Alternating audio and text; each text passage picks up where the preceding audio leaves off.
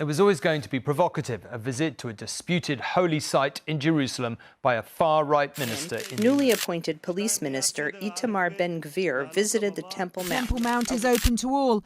Muslims and Christians come up here, but yes, also Jews, he says. We're deeply concerned by any unilateral actions that have the potential to exacerbate. A lot of people around the world are looking forward to the Third Temple ceremony, especially those who follow the Abrahamic religions of Judaism, Christianity, and Islam. People think it's a big deal because it means the rebuilding of the temple in Jerusalem, which was an important religious building that was destroyed long ago. Recently, news came out that the Third Temple ceremony had just happened. This got both believers and non-believers excited and interested. This historic event is likely to change the religious and political landscape of the Middle East and other places. So subscribe to our channel now and don't forget to press the bell icon. The video is going to be interesting, so make sure to watch it till the end. Let's get into the video. Several things have happened in recent months that seem to be increasing Jewish interest in the temple movement in Israel. The water libation ceremony at Sukkot, the Feast of the Tabernacles, was one of the more interesting events because it was watched by a large crowd. This ceremony was a step towards building and erecting the temple. The temple will be built again until the end of time.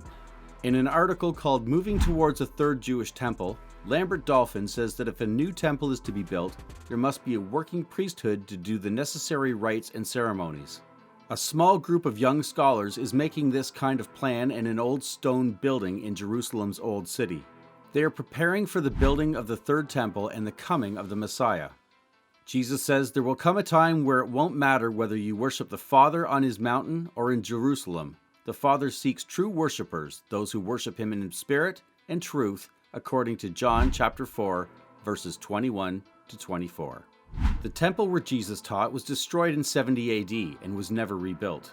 The temple in Jerusalem is central to Orthodox and conservative Jewish religions, and it shows their faith in the Messiah.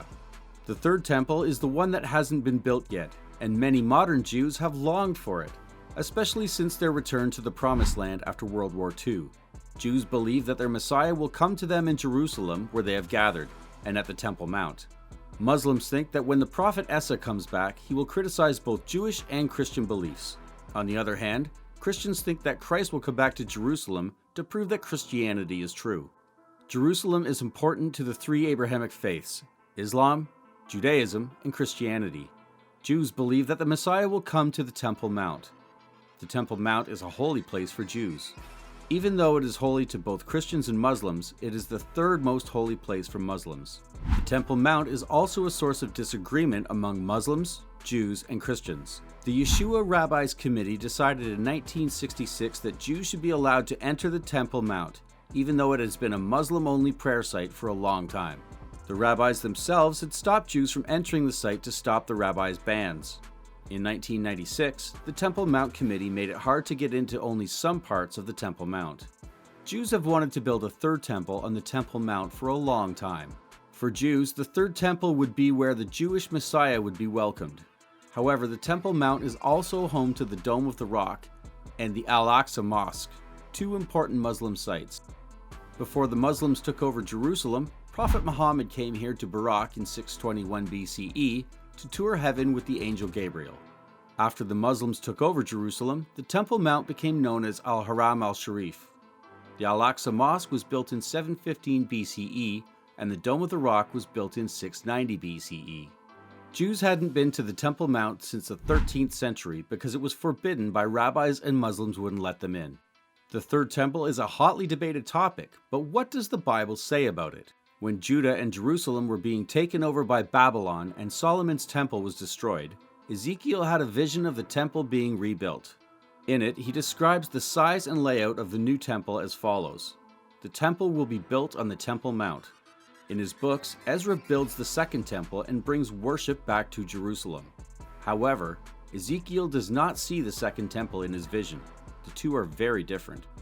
At the opening of the second temple, there was once again not enough glory.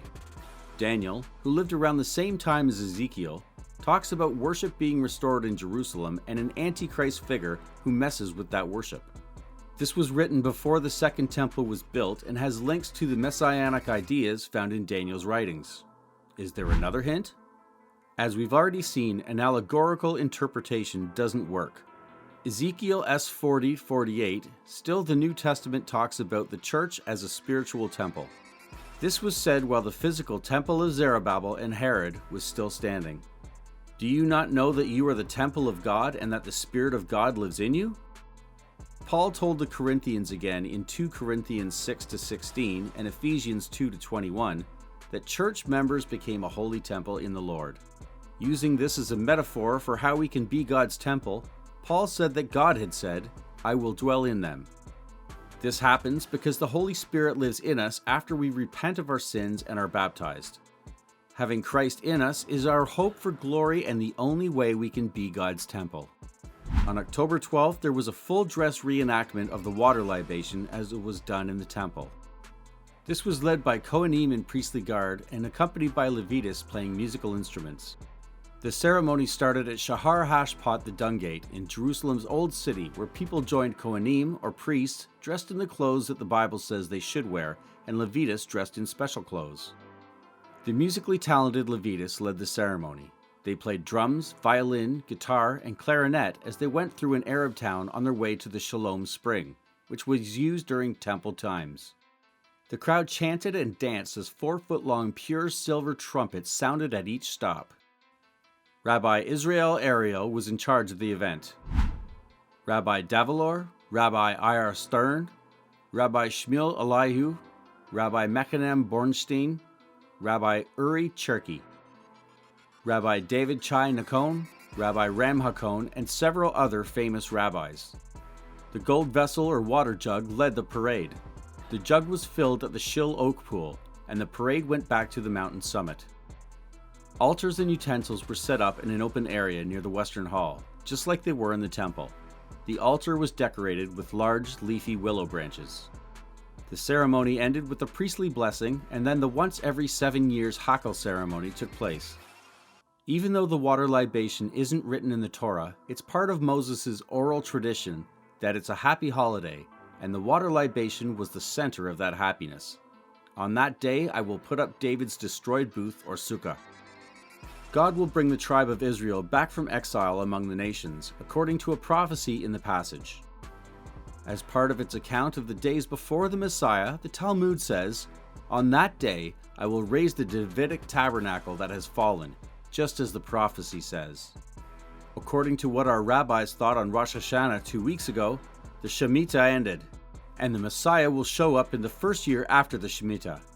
It should be noted that the Talmud goes into a lot of detail about the hard times leading up to the coming of the Messiah, even though the passage says the Messiah will come in the first year after the Shemitah.